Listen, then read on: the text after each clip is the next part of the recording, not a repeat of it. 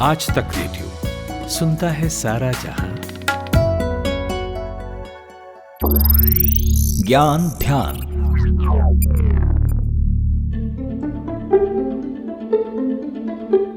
(1962) में James bond series की एक फिल्म आई थी। फिल्म की स्टोरी अच्छी थी और ये सीरीज भी बहुत पॉपुलर थी, लेकिन चर्चा का विषय कुछ और ही था। चर्चा थी फिल्म की हीरोइन और उनका इस फिल्म में लिबास। फिल्म की एक्ट्रेस उर्सुला एंड्रेस ने फिल्म में बिकिनी पहनकर कई सीन किए थे। ये बिकिनी से दुनिया का पहला सार्वजनिक परिचय था। तो हल्ला भी खूब हुआ। कुछ लोग आश्चर्य से भरे, कुछ को फिल्मों की दुनिया की ये तरक्की पसंद आई, तो कुछ लोगों ने आलोचना से भरे खूब आर्टिकल्स लिख मारे।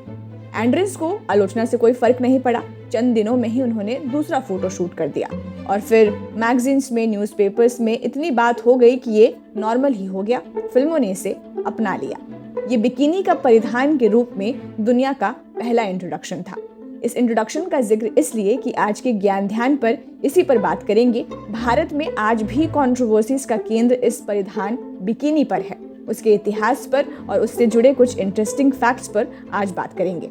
नमस्कार, मेरा नाम है खुशबू और आप सुन रहे हैं आज तक रेडियो का पॉडकास्ट ज्ञान ध्यान। फिल्मों के जरिए दुनिया भले ही बिकिनी को पहली बार देख रही थी या जान रही थी, लेकिन इसका पहनावे के रूप में अस्तित्व में एंट्री दशक भर पहले ही हो चुकी थी। अब बिकिनी को सबसे पहले इंट्रोड्यूस किसने किया, ये जान लेते हैं। 1946 में एक फ्रेंच फैशन डिजाइनर लुइस रियोर्ड ने इसे पहली बार बनाया, लेकिन बिकिनी बनाने का आइडिया आया कैसे, ये भी जान लीजिए। सूरज कुमार बता रहे हैं। दरअसल हुआ ये कि दूसरा वर्ल्ड वॉर जब चल रहा था, उस समय यूरोप में हर चीज़ की कमी पड़ गई थी, क्योंकि सारा पैसा तो युद्ध के खर्चे उठाने में लग गया था। कपड़े भी कम पड़ गए, तो अमेरिका की तरफ से आए एक निर्देश के मुताबिक औरतों के स्विम सूट के कपड़े में कटौती करने को कहा गया। वैसे भी लड़ाई की वजह से औरतें अब बीच पर नहाना पसंद नहीं कर रही थी, तो इंजीनियर साहब ने कहा कि एक ऐसी चीज़ बनाई जाए जो कम कपड़े में बनने के साथ साथ इतनी फैशनेबल हो कि औरतें उसे झट से खरीद लें। अब समस्या ये थी कि वो दौर कपड़ों के लिहाज से बहुत तरक्की पसंद सोच का नहीं था। तो अब लुइस के सामने समस्या ये थी कि इसे पहनेगा कौन, और पहनेगा नहीं तो पता कैसे चलेगा कि ये एक नई ड्रेस किसी डिज़ाइनर ने डिज़ाइन की है। लुइस की तलाश खत्म तब हुई जब मिशेलेनी बर्नार्डी नाम की एक 19 साल की मॉडल तैयार हुई। मिशेल ने फोटो शूट कराया और एक मैगजीन ने उसकी फ़ोटो भी जारी कर दी। मिशेल की बिकिनी में फ़ोटो जारी होने के बाद उन्हें करीब 50,000 फैंस ने लव लेटर भेजे थे। सो मिशेल और बिकिनी के डिज़ाइनर लुइस दोनों के लिए चौंकाने वाला रिएक्शन था। ये कहानी थी बिकिनी के बतौर पहनावे अस्तित्व में आने की। तो बिकिनी के बिकिनी नाम से जाने के पीछे की कहानी भी बड़ी दिलचस्प है। सुनिए सूरज कुमार से। पैसिफिक ओशन के इलाके के बीच एक जगह थी, उसका नाम था bikini atoll. Second world war के समय अमेरिका ने उस जगह पर बहुत सारे बम गिराए थे। जो बिकनी के डिज़ाइनर थे लुइस रियर्ड्स, उन्होंने उसी जगह के नाम पर इस ड्रेस का नाम चुना था, बिकनी। उनका कहना था कि उनकी डिज़ाइन की हुई ये ड्रेस किसी बम से कम नहीं है। इसके प्रयोग में आने के बाद जो सोसाइटी में असर पड़ेगा वो किसी बम के फूटने के बाद आई प्रतिक्रिया के जैसा होगा। बाद में ये लिबास जेम्स बॉन्ड सीरीज की उस फिल्म से आया जिसका जिक्र हमने शुरू में किया। लगातार पॉपुलर लोगों के बिकिनी को बतौर लिबास अपनाने की वजह से बिकिनी और ट्रेंड में आ गई। आम महिलाएं भी इसका इस्तेमाल करने लग गई। भारत में बिकिनी के एंट्री की कहानी भी विवादित ही है। भारत में बिकिनी अगस्त 1966 में पहुंची, जिसे पहली बार एक्ट्रेस शर्मिला टैगोर ने फिल्म फेयर मैगजीन के लिए पहना था। शर्मिला टैगोर के इस फोटो शूट ने न सिर्फ लोगों का ध्यान अपनी तरफ खींचा, बल्कि ये पहली बार था जब लोगों ने देश में किसी को बिकिनी पहने देखा था।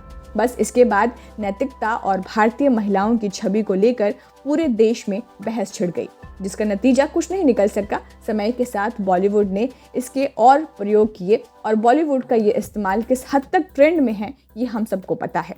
बिकिनी से जुड़ी इतनी बातों में उस एयरलाइंस का भी जिक्र करना ज़रूरी है जिसका नाम ही बिकिनी एयरलाइंस हो गया था। दरअसल वियतनाम में साल 2011 में पहली बार एक प्राइवेट एयरलाइंस ने अपनी शुरुआत की और देखते ही देखते वो वियतनाम की सबसे लोकप्रिय एयरलाइंस बन गई। वजह थे वो एड और वो पोशाक जो उसकी फ्लाइट अटेंडेंट्स फ्लाइट के दौरान पहनती थी। एयरलाइंस ने खूबसूरत एयर होस्टेस को नौकरी के लिए छांटा।